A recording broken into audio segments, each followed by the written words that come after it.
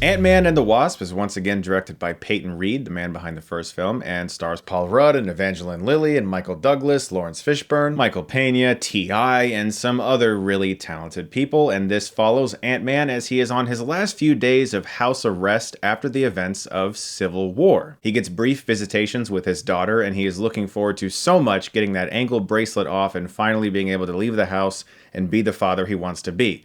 But adventure comes calling as Hank Pym and Hope are trying to locate their mother and wife respectively, who was lost in the quantum realm. They believe her to still be alive, and they think that Scott Lang can help them find her. I actually really enjoyed the first Ant-Man, and I rewatched it before I did this review. I have the 3D Blu-ray, and the 3D looks amazing even on the Blu-ray. That was a film, one of the very few that I actually recommended seeing in 3D, and I still really like that movie. I think it's a very good narrative. It's very fun and lightweight, and it feels kind of refreshing, and it's an enjoyable film despite its kind of cookie-cutter villain. And this sequel is similar to the first in one specific way, and that is that it's just a very easygoing film. This movie doesn't feel like it has a lot of darkness behind it. It's certainly not a sad experience. It's pretty much the polar opposite of that. This movie seems designed almost to just be fun. And I feel like the film might get a lot of extra credit for that coming off of Infinity War, because that's a very grim film that was very intense and left a lot of people depressed. Not because it was bad, but simply because of the outcome of the finale, and so people are now wondering what's going on with the heroes and everything. And so purely based off of the timing of its release, I feel like this movie is going to get a lot of credit for not being as dark and being a lot more enjoyable. Which is kind of an interesting viewpoint, because I feel like in the future when people pop in Ant-Man and the Wasp to watch it for the first time, they're not going to be thinking, well, Infinity War had just come out and I'm really depressed about that. They're just going to want to judge the film on its merits. They may have just watched the first film and they'll compare it to that, but I wouldn't say that this film is better simply because Infinity War just came out and this movie feels sort of refreshing in that way. That being said, for almost the entire runtime of Ant-Man and the Wasp, I found myself mildly entertained. It's not quite as good as the first film, I don't think. The narrative isn't as strong this time around. I felt quite a bit for Scott Lang in the first film and his plight,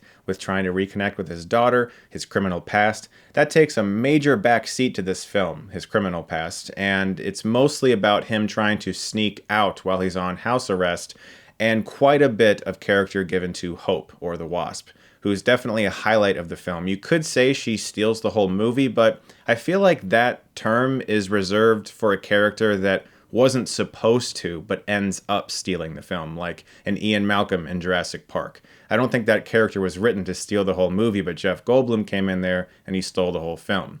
Or Benicio del Toro in the first Sicario. That character stole the movie. In the case of Ant-Man and the Wasp, it feels very much so designed for her to be the highlight. And it wisely builds off of her character's frustration in the first movie with not being able to go out into action because her father was very protective of her. And at the end of that film, spoilers if you haven't seen Ant-Man for some reason, at the end of that film, she sees her costume. And so it sets that up well. But Ant-Man kind of takes a back seat and makes a lot of mistakes in the movie and kind of comes off like a bumbling idiot, which I didn't really like, because he's shown in the first film to be extremely smart when it comes to crafting tech and breaking into houses. He knows parkour and all this amazing stuff before he even gets the suit.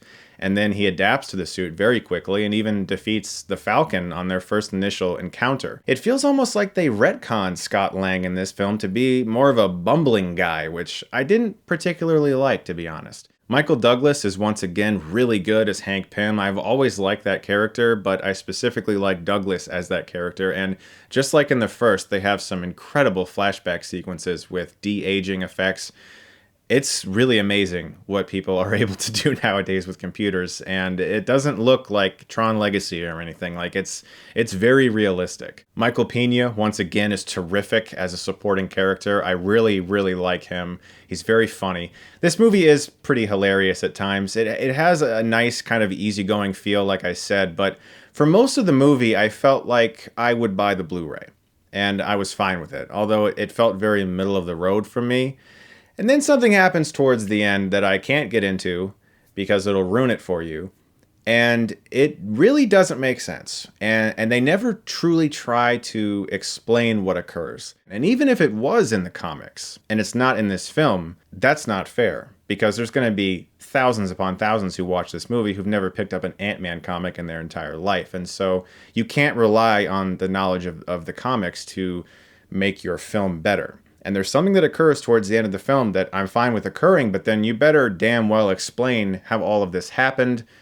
And they don't. I saw this film on June 26th, and I could have posted my review the very next day, but I've waited this long because I wanted to double check whether or not I missed something. I wanted to see the film again, because there are very specific plot elements involving Janet Van Dyne's character, which the trailers and the posters have let us know that that is Michelle Pfeiffer. And I want to talk more about this in a spoiler video very soon, but it is very frustrating for me because these plot elements are imperative to how I feel about the film overall, but I can't get into them here. As far as villains go, there's a character named Ghost that can sort of phase in and out of things, go through materials. Kind of reminded me of the twins from The Matrix Reloaded.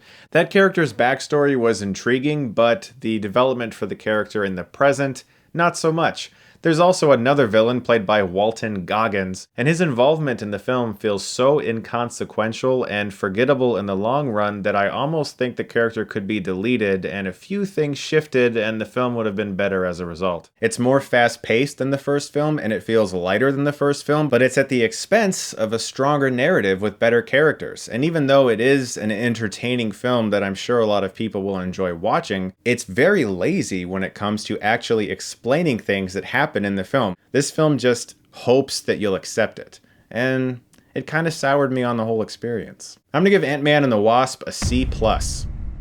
I liked the first film a lot, and I liked a lot of this movie too until the third act. It just started to go downhill for me after that. There's a couple end credit sequences. The first one you should definitely see. The second one, you don't really have to. But let me know what you guys thought of Ant-Man and the Wasp if you do get a chance to see it. Thank you so much as always for watching. And if you like this, you can click right here and get Stuckmanized.